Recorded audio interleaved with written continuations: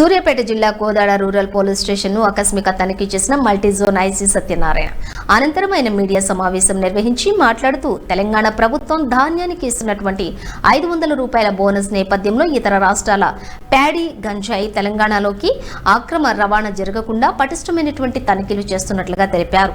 అనంతరం rural circle పరిధిలోని 5 police స్టేషన్లలో అన్ని రకాల రికార్డులను పరిశీలించి అన్ని రికార్డులు సమర్థవంతంగా ఉన్నాయని సిఐ రజిత అభినందించారు.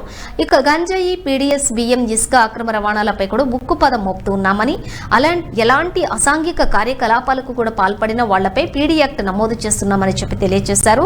గంజాయి, పీడీఎస్, బియ్యం, ఇసుక ఇతరత్ర ఏవైనా సరే సమాచారాలు తెలిస్తే పోలీసులకు అందజేయాలని తెలియజేయాలని కోరారు.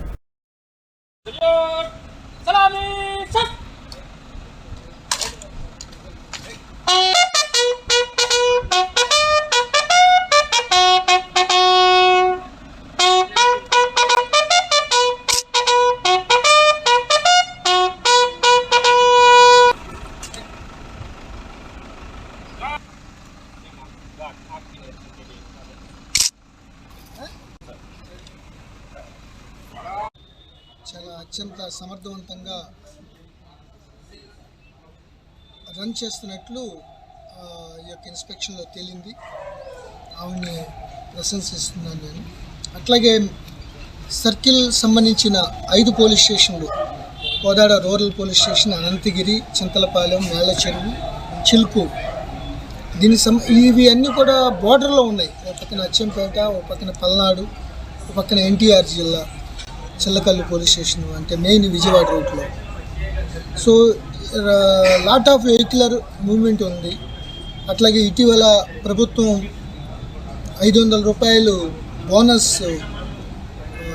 సన్నబియ్యం, సూపర్ ఫైన్ వాటి మీద ఇవ్వడం జరిగింది బోనస్.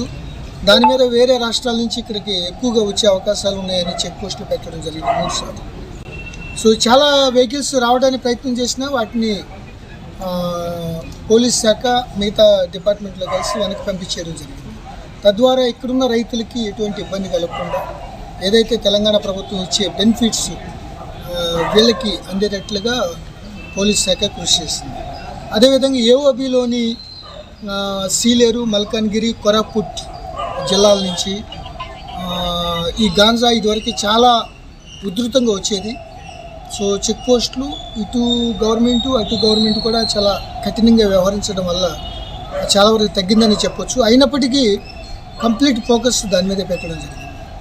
సో ఇన్ఫర్మేషన్ బేస్తో చాలా మటుకి ఆర్గనైజ్డ్ వాళ్ళందరినీ పట్టుకోవడం జరిగింది. దాంతో వాళ్ళు మెయిన్ పెద్ద పెద్ద హ్యూజ్ క్వాంటిటీ లేకుండా మోటార్ సైకిల్ మీద వెళ్ళి ప్యాసింజర్ లాగా చిన్న క్వాంటిటీ కేజీ 2 కేజీలు తీసుకొచ్చి సప్లై చేసినట్టు తెలియడంతో ఆ దిశగా కూడా పోలీస్ శాఖ కృషి చేస్తుంది.